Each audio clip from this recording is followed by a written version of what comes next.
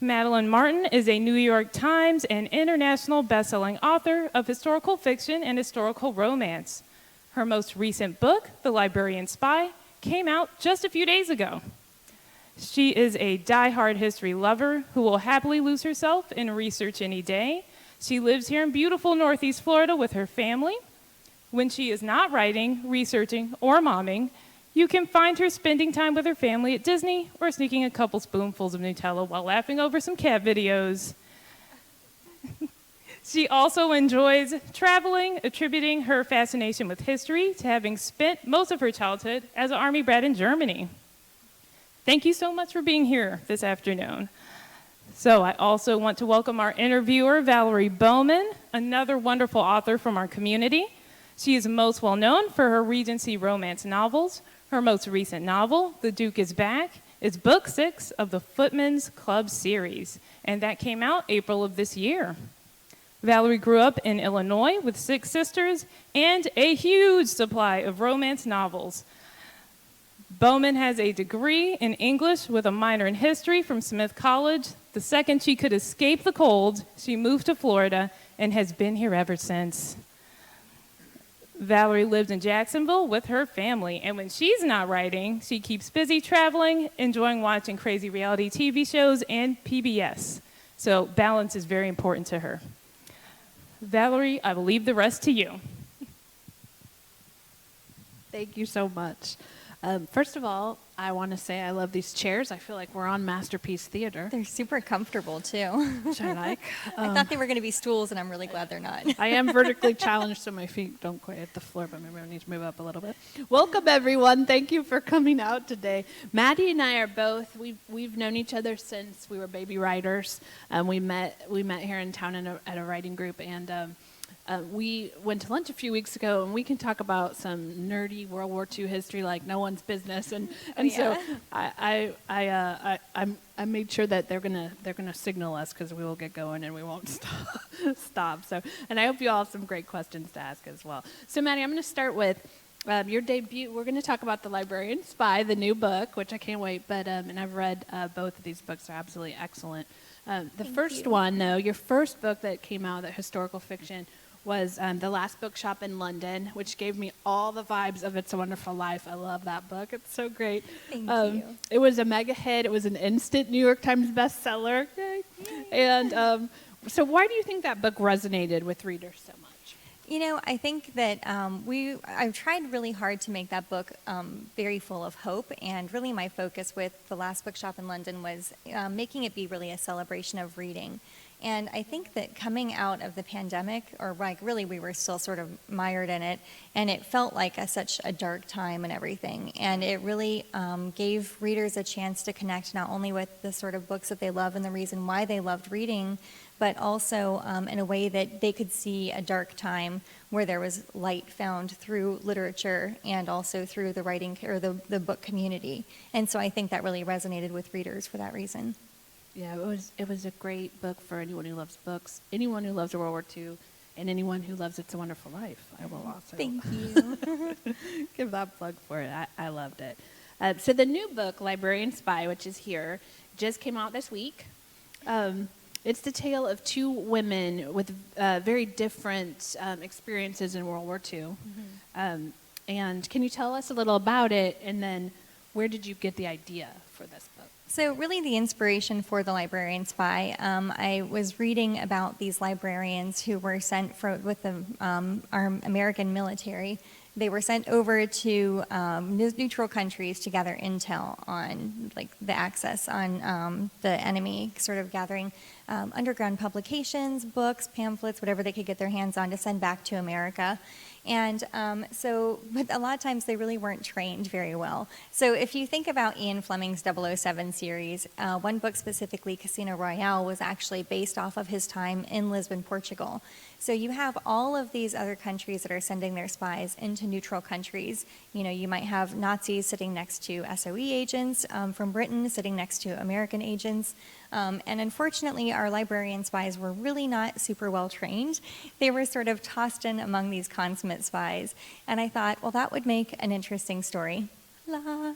Yeah. And so, but I really wanted to have a tie-in with one of these underground printing presses.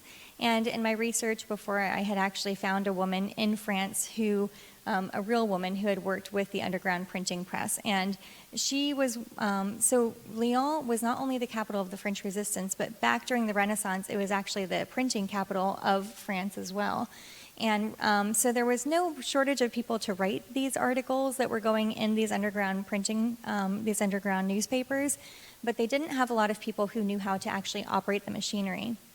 And so she had a very rare job of being able to be an apprentice for these running these printing machines. And I thought, oh, well, that would be so interesting to be able to connect them through a coded message in one of these underground newspapers, which is actually, a lot of them would often have codes in either the cartoons that they would do or, all sorts of various things, articles. That's so fascinating. Yeah, so the book is written kind of chapter by chapter, one from one woman's point of view, the woman who's the librarian spy in Portugal, and then the next chapter is the French woman, and it kind of goes back and forth between those two women. And I'm not going to give away any spoilers, but I love the ending. I'll just say that. Thank you. Why do you think that historical fiction based in World War II is so popular and has such an enduring appeal? I think that World War II is probably the darkest time period in our history that feels close enough to have really be sort of not our lifetime, but close enough to be in the lifetime of people that we know. Yeah. And so I think that makes it feel so much more real. And the thing about when things can be that incredibly dark, finding hope, it's such a beautiful thing, especially when you think about all of the selfless and brave things that people did, oftentimes for people that they didn't even know. Yeah. And I think that is that light and that hope, and amid such dark times, I think that really has a lot of the appeal. Yeah, I agree. And I think most of us have a story of someone in our family, what did your grandpa do in World War II? Mine was doing Morse code in Northern Africa. I just found wow. That That's out. really incredible. Yeah, it's cool. Any stories from your family of World War II? This is horrible, but I actually really haven't asked. I probably should. Oh, I got to know now. Now I'm going to wait for that email from you, because now I have to know the answer to that question. You said that, and I was like, oh my gosh, I never actually really thought to ask about it. And this was just an impromptu question, y'all, so she didn't know I was going to ask that, but now I totally need to know. Thanks, Valerie. Sorry. Now I have to know, though. You got to tell me. What's your favorite thing about writing these books, and that makes you want to write more of them? Well, I will say the travel is pretty nice. Yeah. But also, honestly, I really do love research so incredibly much. With doing a lot of the research on these books, a lot of times I end up with out-of-print books. And you guys are probably all a bunch of book sniffers, too. And there is nothing that smells better than an old book. I love old books so much. And I even have some that are old library copies, too. So when you open it, it's like the crinkly spine, because it's got that plastic sheeting on it. It's wonderful.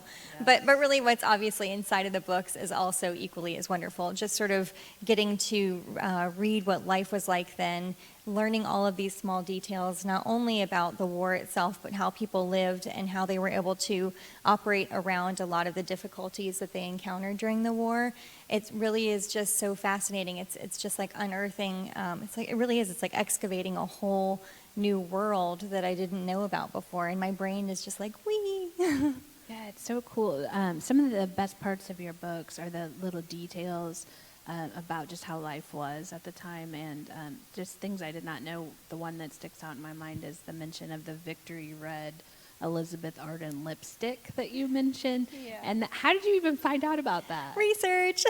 So they actually had this lipstick that was called Montezuma Red, and it was Hitler hated red lipstick. He thought that women should not wear any makeup whatsoever.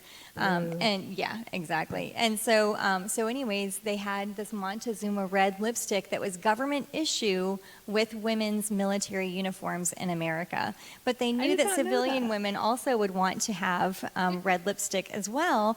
So Elizabeth Arden made a color that matched the Montezuma Red. It was called Victory Red, and that's what civilian women could wear. Isn't that the coolest little It is very cool. I just love stuff like that.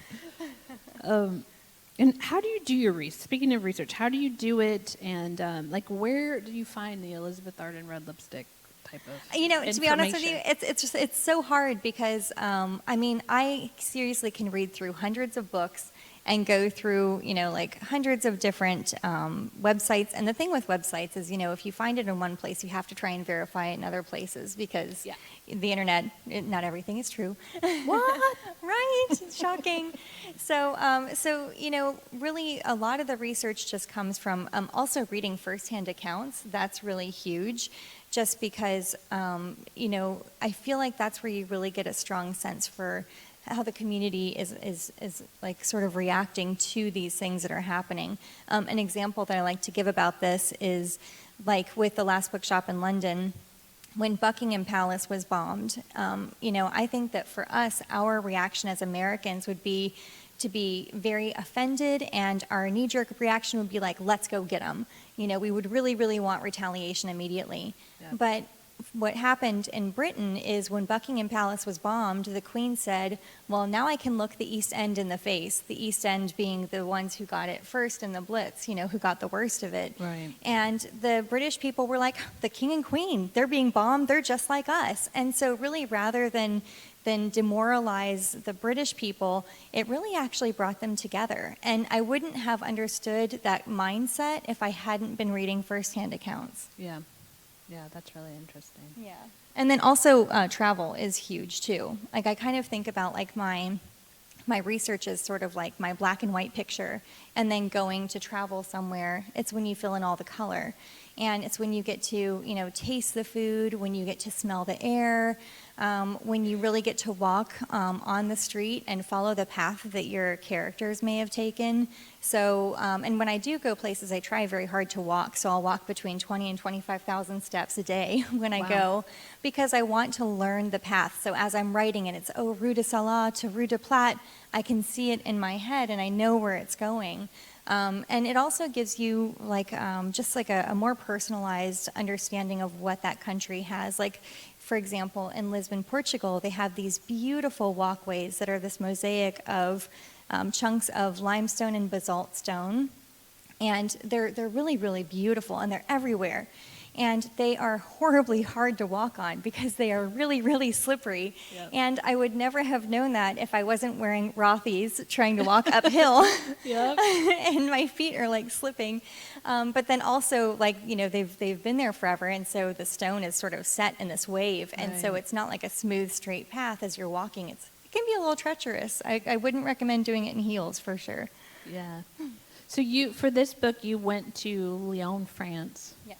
And you went to Lisbon. Yes. Did you go anywhere else in Portugal? Well, we also, yes, in Portugal we went to Sintra, which is, they say it's the palace, or it's like the playground of rich people, I guess. Oh. It's like they have all these manors and palaces and castles. It's really, really beautiful. In fact, there's a scene in The Librarian Spy in Montserrat Palace that was inspired by one of my trips to Sintra. But we also went to this little almost like districts, I guess. It's because there's like Alfama, and that one is like this old medieval style city. And the reason why that is so specific, and unique in Portugal is in 1755. This is getting a little bit history nerd here, but there was. Tell me more. Right? We can talk history all day. So in 1755, there was this huge earthquake that unfortunately really wiped out most of Lisbon and a lot of the area around it. Yeah. And unfortunately, with it being right on the Tagus River, it also caused a tsunami. And also, unfortunately, it happened to occur on All Saints' Day, which meant that everybody had their candles lit. So if it wasn't crumbled by the earthquake, then it was swept away by the Tagus. And if it wasn't either of those, then it burned. So it was an incredibly devastating event that actually, at the time, they estimated that hundreds of thousands of people died on this one specific day. And it was such a shocking thing for everyone in the world to hear that Voltaire was actually inspired to write this huge poem about the loss in Portugal. And actually he mentions it in Candide, which I thought was really interesting as well. But anyways, all that to tell you that Alfama actually managed to survive. So it has all of these really twisting, winding sort of walkways. It's really difficult because there's a castle at the top of the hill, and they don't want people to be able to just walk right up to the castle and attack. And so that's why it's so hard to find, which I can attest to because even my GPS was like, girl, I don't know. So we had to stop and ask a local. And, you know, it's interesting, too, because some of the alleyways are so narrow. I mean, they must be built for children. There's literally one that's like, it's like you have to just kind of like sideways sidle your way down. But it's such a beautiful area. So we went all sorts of different places. Well, both places really come alive in this book. Thank you. And another thing, I know since we talked about it at lunch, one of the things you really were working on was, and wanted to make clear in the book, is that in Portugal there weren't rations, and in France people were starving. And do you want to talk a little bit about how you made that? Yeah. So really in Lisbon, in Portugal in general, with it being a neutral country, it was really one of the few places that didn't have rations. Even America had rations going on, even though we were really very insulated from the war. But we still had our troops going over there, and that's why we rationed. And I really do think that may be why they didn't ration. I mean, I will confess I didn't dig deep into that particular part of it. But as far as why they didn't have rationing, I really think it had to be because they weren't necessarily sending troops anywhere. Portugal had an excess of this material called tungsten, and tungsten is what is used for making armor, making the shells for bullets and bullet casings. And so for that reason, they were able to use that as an advantage to be able to remain neutral because they knew that everybody wanted it from them, including the Nazis. Yeah. And so that gave them that great opportunity. So where the rest of Europe was undergoing blackouts, they were completely lit up. Where everybody was undergoing all of these rations, they didn't have to. And so really with the Librarian Spy, you have this incredible juxtaposition between these two locations. You have Elaine that's in France, and it's Nazi-occupied France, which means that they have extreme rationing. And just because you had a ration coupon didn't mean that you could actually find the food that you needed. In fact, oftentimes you were not able to get enough of the food to to use your ration booklet. And so when I was reading through these firsthand accounts of France, the overriding theme that was really just ubiquitous through all of it was hunger. People were so incredibly hungry. And when I went to Lisbon, I ate some really good food. Yeah. And I felt like I had to really incorporate that into the book as well. And so if your mouth kind of waters a little bit when you're reading about Lisbon, that was by design. Yes. And if your tummy kind of growls a little bit while you're reading about France, that also was by design. It definitely sticks out when you're reading it. Thank you. You go back and forth. It's very, very well done. I know from our talk that there have been people who have actually lived through World War II, specifically the bombing in London, who have written you. Is there a story or two you want to share with us about what people have written to you? Thank you. Yeah, it's been really incredible having people who had lived during World War II reach out to me. One particular person had reached out and they said that they thought that I had lived through it. And then they said, and then I saw your picture, but you're way too young to have lived through it. And they were like, wow, I'm really just blown away at the amount of research that you did, which of course is really, I think, the ultimate flattery for an author. Compliment. It was very much a compliment.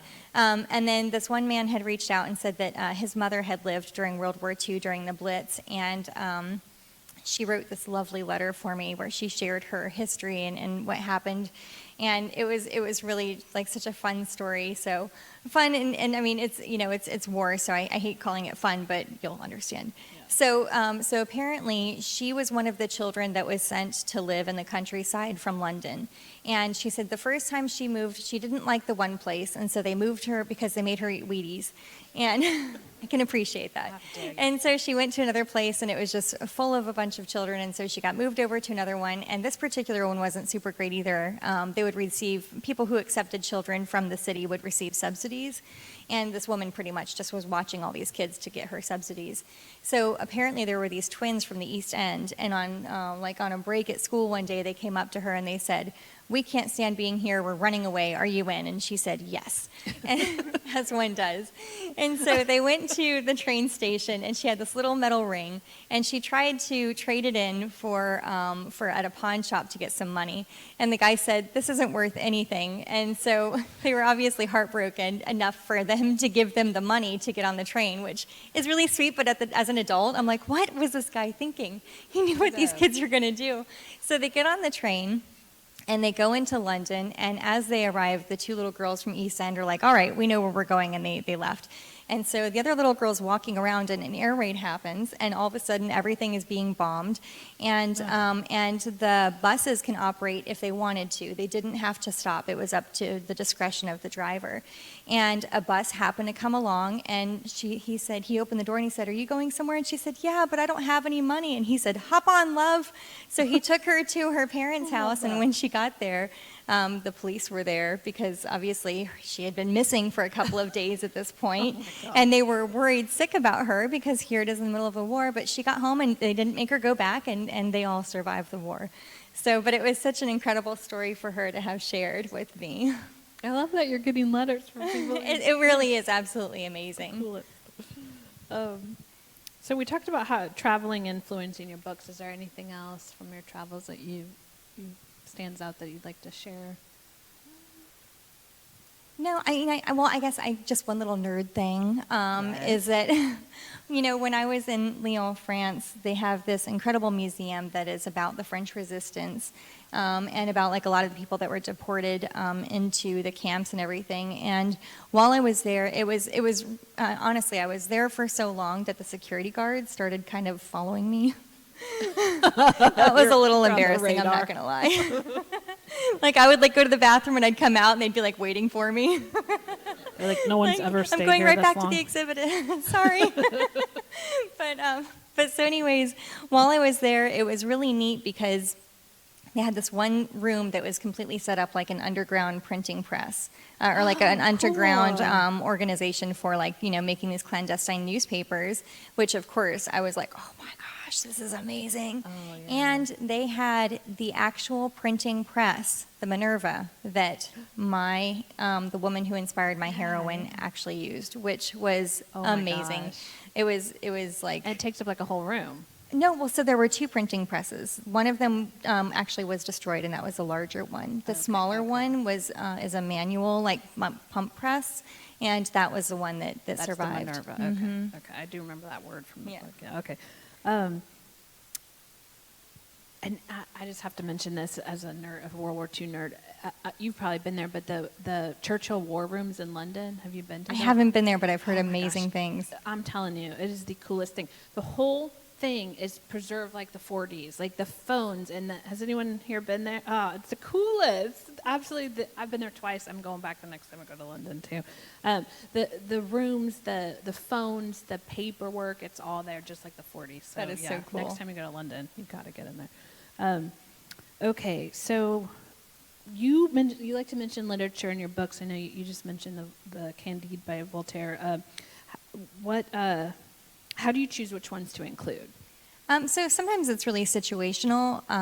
Like, for example, with Candide, I obviously mentioned Candide in this because of the association to Lisbon. And then there's also another one that's mentioned, Childe Harold's poem by Lord Byron. Yeah. Because actually Sintra Palace, the place, Montserrat Palace that is in Sintra, was actually what inspired that poem. And so of course I had to mention it there. And then it really is a lot of situational. Like there's a mention of Sherlock, and you'll see why. You have to read the book.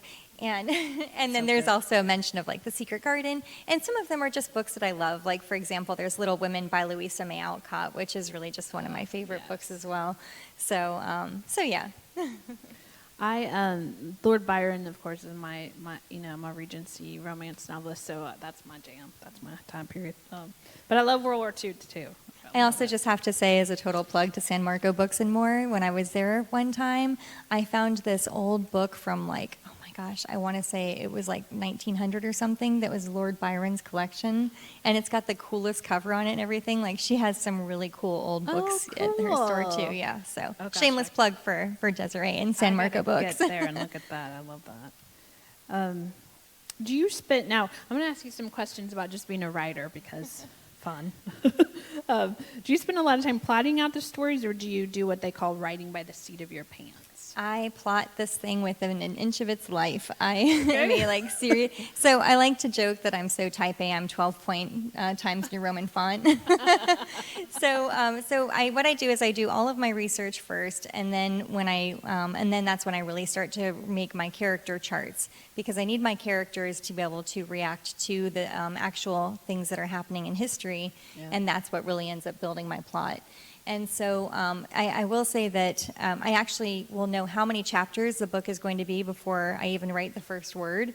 So I have a pretty strong estimate about how long the book is going to be. And with this book, I actually plotted it so thoroughly because I wanted to write the characters' stories individually. So I wrote all of Elaine first after I went to Lyon, France, and then I did all of Ava after I got back from Lisbon, Portugal.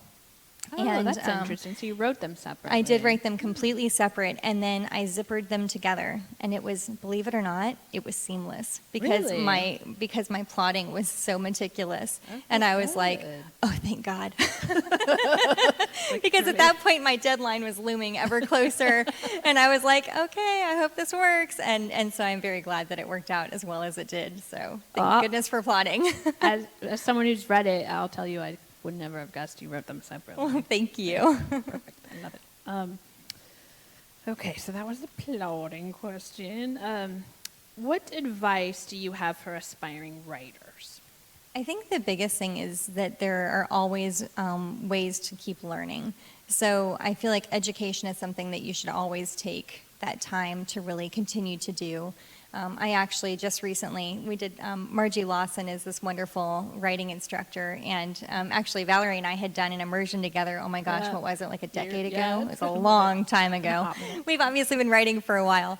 And so I actually was fortunate enough to get to do another immersion this year, and then, so every year I kind of have like a main like writing focus that I want to do for my education, and the thing is, nobody is ever going to know everything about writing. Nobody is ever going to be perfect. And although there are a few authors in my head I feel like who really are, but everybody, I mean, oh my there's gosh, always... Colleen Hoover, I just finished a Yes, Colleen Hoover, Kristen Hanna. I mean, some of these authors that are like, they really So are good. just sheer perfection. Yeah, But there's always something that can be learned, and always just keep writing, even if you're struggling with it. And I'm telling myself this as well as I'm telling everybody else. Even if you feel like you're having a bad day writing, or whatever the case may be, just continue to keep writing. Find that motivation. Just open the Word doc, sit down, and do what you got to do. Yeah, I always tell people that, I think a lot of people, and this is just from my years of experience with that, I think a lot of people think that if you're a writer, you just are like born good at writing, and you may have like talent for it, or a penchant, if I may pronounce that word like that, for it, but you have to learn it just like anyone learns anything. Like doctors don't come out of the womb knowing how to be doctors, and writers don't just know how to write. So. And even like, to just write when you're motivated, like, okay, I'm going to liken this to, because I think this is a very relatable thing. Like when you make plans to go out with friends and then like the night happens, like you're all excited about it, right? And then like the night happens and you're wearing comfy pants and it's raining outside and you're like, oh, I'm not going. I just want to stay in. But you know that if you go, you're going to have a great time. Yeah. Writing is kind of like that, where you're like, oh, I don't want to just sit in front of my computer today because it's a beautiful day, or like my kids want to spend time with me, or, my cat is so cute and I snuggle, like that kind of thing. But then when you sit down and you really just kind of get going, like you really get like sucked into the story, and it's exciting and you have a blast with it. So it really is like that. That's a good example. I love that. What are you reading, or what do you like to read? So right now I am actually currently reading, if anybody read The Lost Apothecary, I am currently reading Sarah Penner's new book that doesn't come out until next year, called The London Seance Society. And I know that's so mean that I'm sharing that, but it's really, really good. Very evocative. So I'm loving that. And then I also just recently finished reading Kate Quinn's The Diamond Eye, which I'm a huge Kate Quinn fan. Yes. And it's such a good book. So really enjoying that. So you're reading a lot of like historical fiction.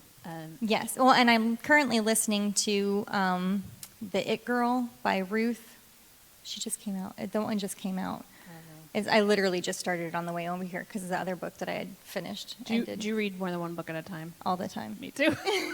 Well, because Like you also three have going. you also have your research books too. Yes. So then, like, I have like research books going, and then I have like, book club books that I need to catch up on. I'm looking at my ladies from my book club right here.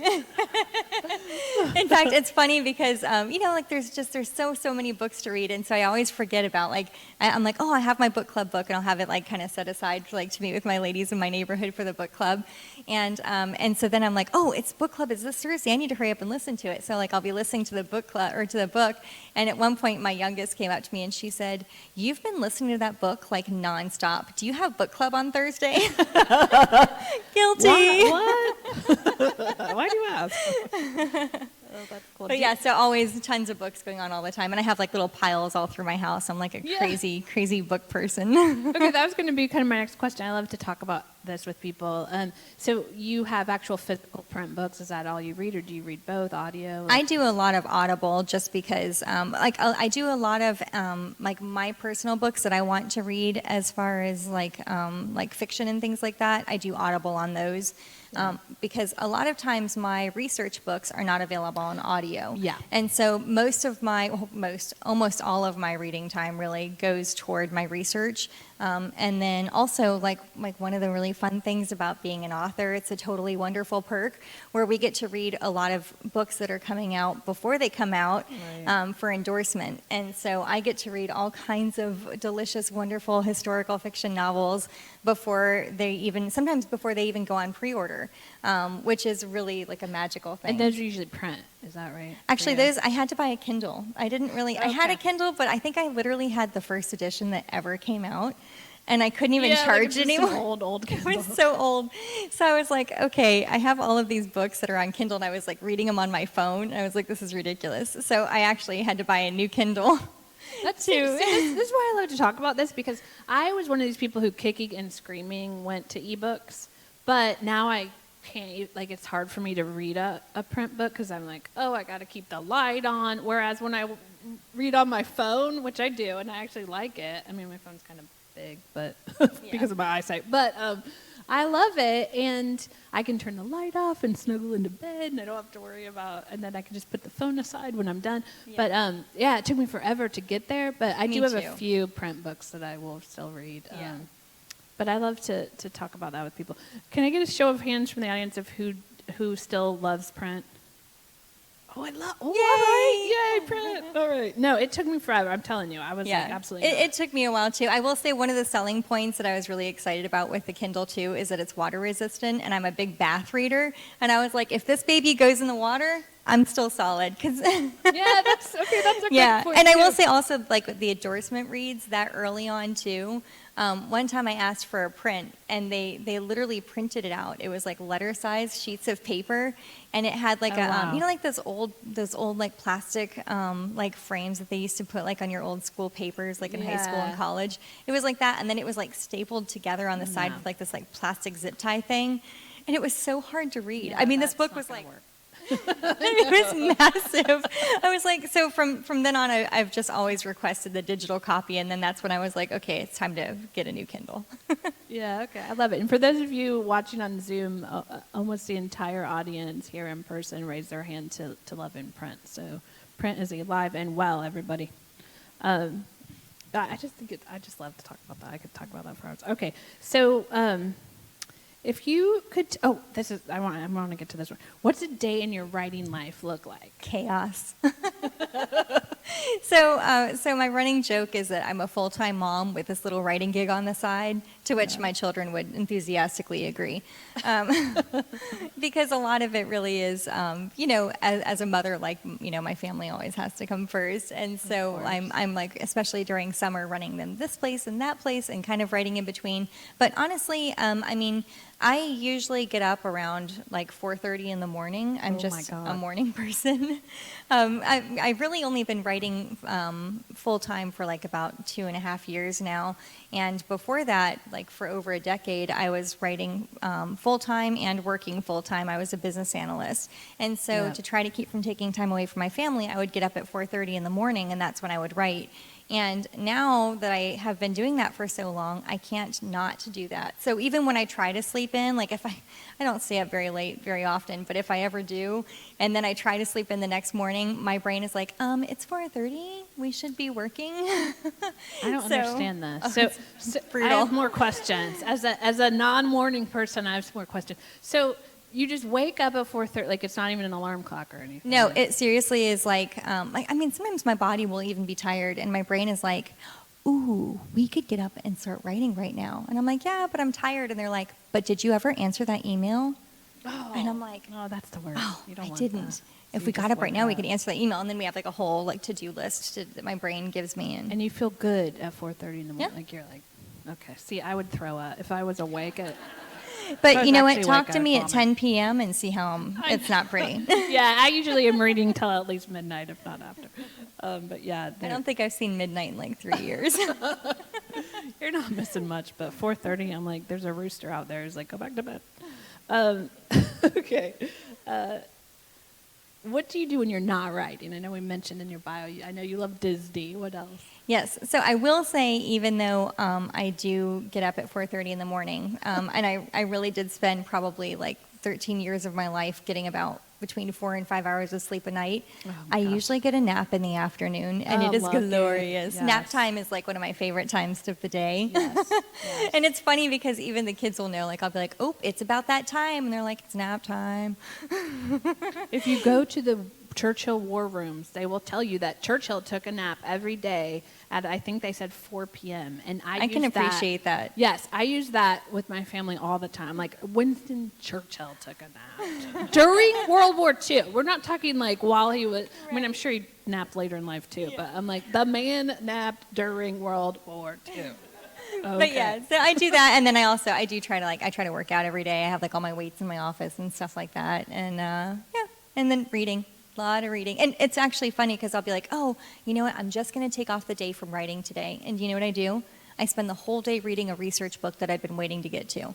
Oh, there's nothing more fun than reading a research. Oh, I love it. We are nerds. Nerd. Nerd alert. What is the most surprising thing a reader has asked or written you? I mean, I really can't think of anything really exciting off the top of my head. Yeah, I love that the woman thought you would live through the war, though. I Yeah, just think that that's was the really best. very cool.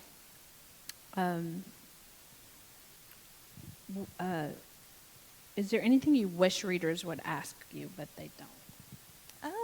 Readers are usually pretty open. They usually do ask. But one thing I know that a lot of readers don't generally know is that I actually do meet with book clubs. Like I do Zoom chats often with them. Oh, yeah. And I also have a reader's guide that comes out with each of my books that has like recipes and that talks about so for the last bookshop in London, I had a quiz on there that people could take to see what sort of profession they would probably, like volunteer profession they would be in if they were alive during the Blitz. Oh, cool. And I haven't put out the one for the Librarian Spy yet. My publisher's finishing putting that together. But that quiz is one so you can see if you think that you would be more of a librarian or more of a librarian spy.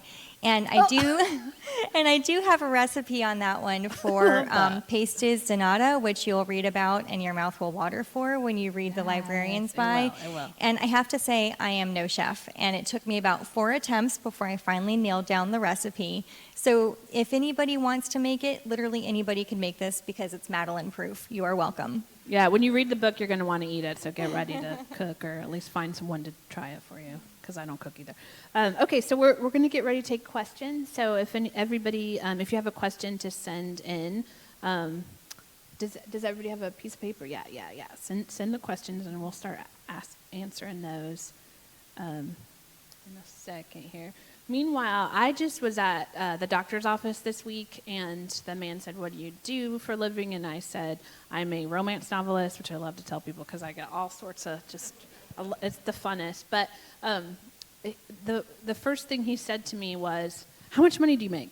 And that I get that question so much, and so I just thought it'd be fun when you tell people you're a novelist. What are the things that you hear the most from? Can I have a copy? Really? Okay. All right. Yeah. There's so many questions you get that one I get all the time, and I know you've written romance in the past, so you probably heard this too, is, do you know Fabio? And it's like, it's not 1982, but Fabio did used to go to the romance novel conventions. Anything else that you get from people when you... I've had a lot of people ask like where I get my ideas from. Yeah. I have had people ask me to write their life stories. Yes, get that a lot. Which, yeah, it's just... Or I have a great idea for a book. I'm like, Yeah. I know the writing part's the hard part, y'all. The Yes. writing. You have them? Okay, great. All Actually, right. it's the edits. I know, right? You know it is. It is the edits. Okay, so here's the first question from our audience. What's your favorite part of the writing process? My favorite part of the writing process is dreaming up the idea. And like in my head, when I think about that idea of like, oh, this we could do this and we can do this and then this happens. For me, it's sort of like visualized by that part in The Sound of Music where what is her name? The heroine with the short hair. Anyways, Maria. Maria. Yeah. Oh my gosh, yes. Maria. Brain slip. Where Maria's out there amid like the Alps and she's got her arms spread wide and she's like singing and she's just twirling around this like great open space. That is like the visual representation of what planning a book looks like. Yes. Because it's like, it's just free, it's exciting, the sky's the limit, you can do anything you want to, and then before everything else crashes in. That's the best part.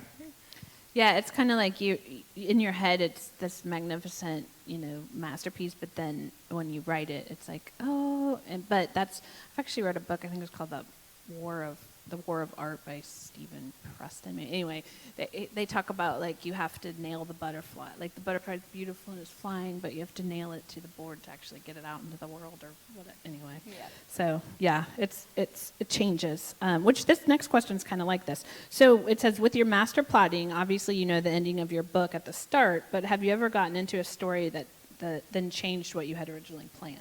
There are always stubborn characters who don't do what you want them to, and so you will have to I'll have to adjust things to accommodate if the character, you want to have the character be somebody like really sweet and compliant, and they end up being really stubborn, which is fitting, and then you do sort of have to alter the plot a little bit, but generally my plot, I kind of have the tree trunk plot, where it's sort of the beginning and the main points and the end, those are very inflexible.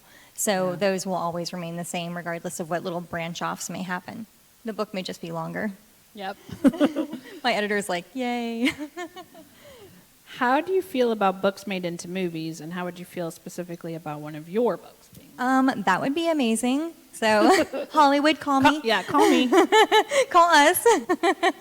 That would be really, really incredible. I mean, I think I love when books get made into movies because I feel like it really excites readers and it gets people that might not be reading into reading a little bit more. And anytime you can have a new reader convert, it's always a great thing to be celebrated. And it's also really interesting to see sort of the director's view of what that book is. And it could be something that is wildly crazy different, like World War Z, the book and the movie. I don't even know what happened with that, but it's like all they have in common is the title. And then you have ones like Harry Potter. I don't know about you guys, but I think that Harry Potter, oh my gosh, he did such a great job on those movies. Yeah. And so it's so neat kind of getting to see books, especially magical books like Harry Potter, be brought to life like that. It was really magical. I do. I like it too. I always like the book better, but oh, always, I'm a reader. Okay, so what made you want to become a writer? I've just always loved books so much, and I've actually always written books. I didn't know that until when we moved around constantly because of being in the military, and my mom had collected all of this paperwork from the time I was in kindergarten, I think, until my senior year in high school. So she dropped off all of these, I have all these boxes that I was going through, and it was honor roll assembly things and stuff, and a bunch of little stories that I had started writing. So I had a little chapter here, a couple chapters there. There was this one that I made that had a little hardcover on it. It was about like little girls who get trapped on an island and turn into mermaids or something. I don't know, but I illustrated it all, and I had a little dedication and everything. Dedication. Oh my God. So I think I've always had stories in my head, and so I think this was kind of inevitable. But and I don't know if you feel about this, but thinking about saying, oh, I want to be a writer when I grow up. It feels so like moon high. Like Yeah. it's not even the real thing that you can actually like. Like I majored in English, but it was like, well, I got to get a job because like you don't just write books and have money. Yeah, exactly. And so like the idea of, oh my gosh, I'm a writer and that's like my job is the coolest, biggest dream come true, I think, ever, for me, at least. I mean, it's like my thing. No, that's awesome. You mentioned you were reading about undiscovered librarians during the war. Is there a specific book or site for those who wish to know more about librarian roles during the war? There was one that was recently published by trying to think her something Pete Pice. It was called Information Hunters. So that would be a great book. That one is a nonfiction book, and that will cover that one covers a lot more in Sweden and than Lisbon, but there is like a chapter on Lisbon, and it also covers not only information gathering with the IDC through the war, but then also after the fact, like after Germany has been defeated, and then going in and sort of reclaiming a lot of the library information from there, all the books. Is there a period or part of World War II history that is your favorite, and if so, why? You know, it's so hard to answer that question because I'm constantly learning different aspects of World War II. Fascinating stuff to learn. Yeah. And, in my research that I've done so far, because my next book takes place in Poland, I actually just got back from Warsaw a few weeks ago doing research for that. So in my research, I have learned about America, Britain, Portugal, France, and now Poland. But there are so many more countries that were involved in World War II, and so it's hard to say if I have a certain particular favorite, just because I feel like I have to learn more about it to be able to answer that correctly. I finished a book last fall about the Blitz in London, and there was a part that was the true account of a man who would go around and defuse the bombs that fell that didn't explode, and he was just kind of like, "Yep, it's Tuesday. I gotta go." Like, that was someone's job. They had to go do that, and it's just every time I read something new, it's just more and more fascinating. Yeah, it's like you keep uncovering new jobs that people did and incredibly heroic things that people did, and it just is amazing to me how everybody just really stepped up to help everyone out for the most part. Of course, yeah. It's very fascinating. There are two questions that are kind of similar, so I'm kind of going to put them together a little bit. So all of your stories have strong women in them. Yay.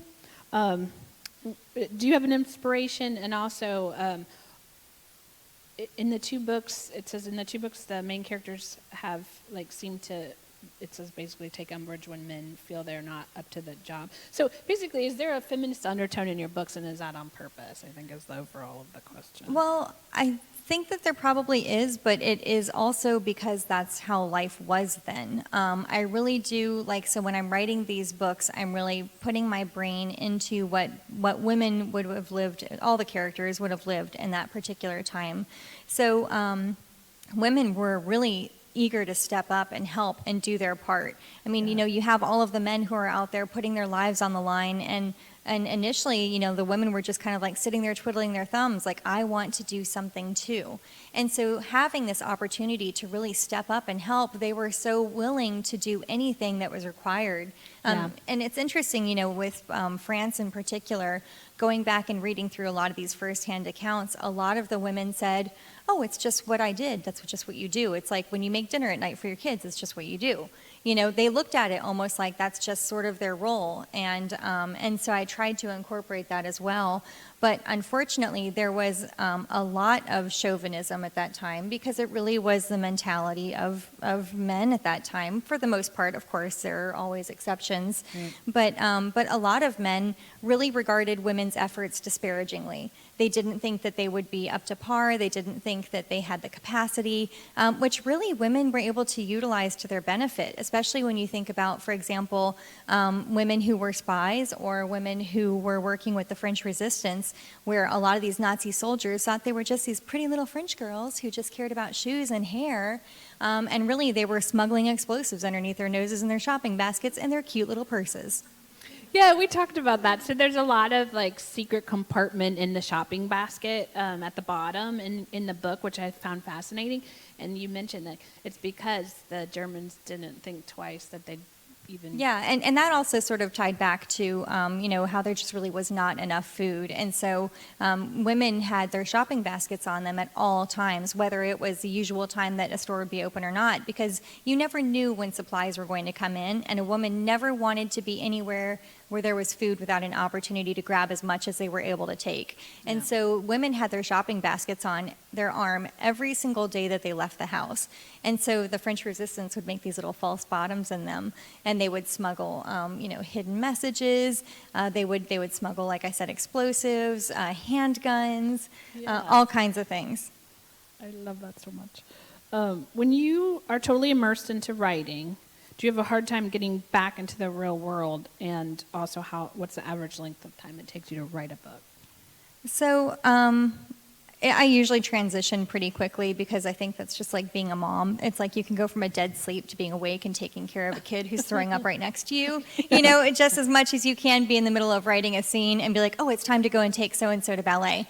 It really, it's sort of like that mom training where you can, I think the thing that's harder than transitioning into taking on the role that happens outside of writing is going from that role and getting focused into the mindset of writing. That's the hardest part, where it's like, I have 30 minutes between this and this, I have to write, and then you sit down and you're like, oh, let me do Wordle.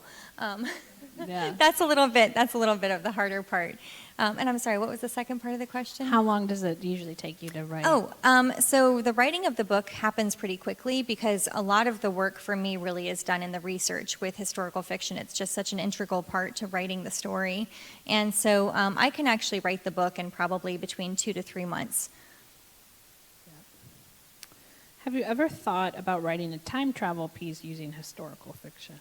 I have thought about it, but I will say I've just thought about everything. I read like a YA dystopian, and I'm like, oh, I could totally see this happening if I did. What if blah blah blah? So I have like an idea for like a thriller. Like I have an idea for like I think I have an idea for pretty much every single genre out there. I think I do too, and then I'm like, I need to focus on what I'm actually writing. Yeah, that's our problem. Is you have to focus and do How many languages do you speak and read? So I really just, English is the only language that I claim, but I will say that when I travel, I try very hard to learn the language, at least some of the language of the country that I travel to. So I just enough to ask how people are, say good morning, ask how much things cost, order a glass of wine. That's important. And where's the bathroom? I always learn that. And where's the bathroom? Yes. And ask for directions. And I remember one time when I was actually in France, somebody asked me, we were coming back from a bakery and I had a baguette, and somebody asked me, oh, where's the bakery in French? And I gave them directions in French. And when they walked away, I was like, oh. You're like, look at me. Well, I have to say, it's a very proud moment. You're so beautiful and fabulous, I'm sure. They were French. Thank you. Does your family join you when you travel for research? Yes. So when I went to Lyon, France for this, my oldest daughter came with me. When I went to Lisbon, my husband came with me. He's here right now. And when I told my mom that I was going to be going to Poland to do research for my next book, she said, dibs. So she came with me. Okay, so I was going to ask you, what's next for you? I know your next book's about Poland. Do you want to share some of what you found in Poland? Yeah, Poland was really incredible. So I was really primarily in Warsaw, but the amazing thing about Warsaw is that there were, within like a 1 mile walking radius, like 10 different museums. So there was so much to really go and explore, including a really amazing one on the uprising.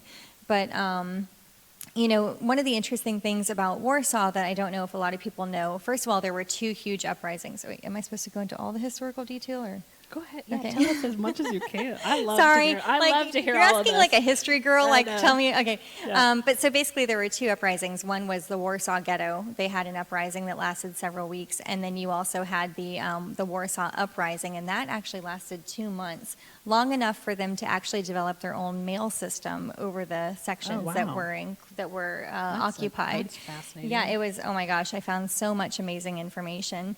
And the Uprising Museum was very, very comprehensive, and just, I ended up going back there 3 times because there was just so much stuff. And also we went on the free day one time and we learned that was a horrible idea. And I tried desperately to pay attention, but there was so many It's too people. many people, yeah. I was like, no. So this book is actually going to be called The Keeper of Hidden Books. And a little shameless plug, it love is that. on Goodreads. It does not have a cover and it does not have a blurb, but I do have a little part, like, you can write the review. I didn't rate it, obviously, but I am writing little notes on there for readers to be able to just kind of see where I'm going with the book. So if anybody wants to add it to their want to read, you'll be updated whenever it does have a cover or a blurb or whenever it goes for pre-order. Can you give us any little sneak peek about what it's about exactly? It's about 2 best friends, and one of them is Jewish, and so she is forced into the Warsaw Ghetto, and the other one is on the Polish side, and it's really their friendship through the course of the war. You were telling me about the librarian spy that there's a part in the book where one of the heroines gives her identity to a Jewish woman. Yes. And I think you said that was a true story. Yes. So, and that's the thing about this. The woman who Elaine's character is loosely based off of really was just such an incredible woman. And yeah, she did. She had her, a Jewish woman was on the run, and she gave her identity card away, which is a really big deal because you don't have food, you could be arrested. There's so many things, risks that come with not having your identification card during World War II in a Nazi-occupied zone. Where can readers find you? You can find me at madelinemartin.com, which is my website. And I do have a newsletter that will come like a little pop-up thing, and I send a newsletter like once a month. And you can also choose if you want historical romance, historical fiction, or both. So I actually do 3 newsletter chunks because I'm a glutton for punishment. But that way, if you only wanted to hear one part of my writing world, you could do that. And I'm on Facebook, Madeline Martin Author, and Instagram and Twitter is Madeline M. Martin because Madeline Martin beat me to the punch. Oh, and you know what? Mine is Valerie. I have to say it. Valerie Bowman is my actual name, and it's my writing name. And a guy in Australia owns ValerieBowman.com, isn't using it, and refuses to sell it to me. He won't Unfair. What is he doing with it? So where can people find you? ValerieBowmanBooks.com. Actually, thank you for asking that. I really wasn't trying to go there, but my husband and I talk about that all the time. It's like, what's he doing with it? It's my actual name, so I can't even stop it, do something else. Let's talk, one question left. Okay, so, all right, so what's your favorite thing that you found out in the research of the new book? Oh, gosh. It's just, there's so much. I know. Sorry. Or maybe interesting. Maybe favorite's not the wrong word. Just was something that you found out that you maybe were surprised by. Well, it's so hard to share because, I don't want to, share Give it something away. that, yeah. Okay, now I understand. So, sorry. No, that's all right. I totally get it. That was a really, blah after for the last question. I know, I'm sorry. You'll have to read the book to find out. All right, what book are you reading right now? How about that? So I'm actually getting ready because I'm still reading Sarah's book. I'm almost done with that. Yeah. So the next book that I will be reading is The Fifth Avenue Girls by Renee Rosen. Okay. So I'm looking forward to that.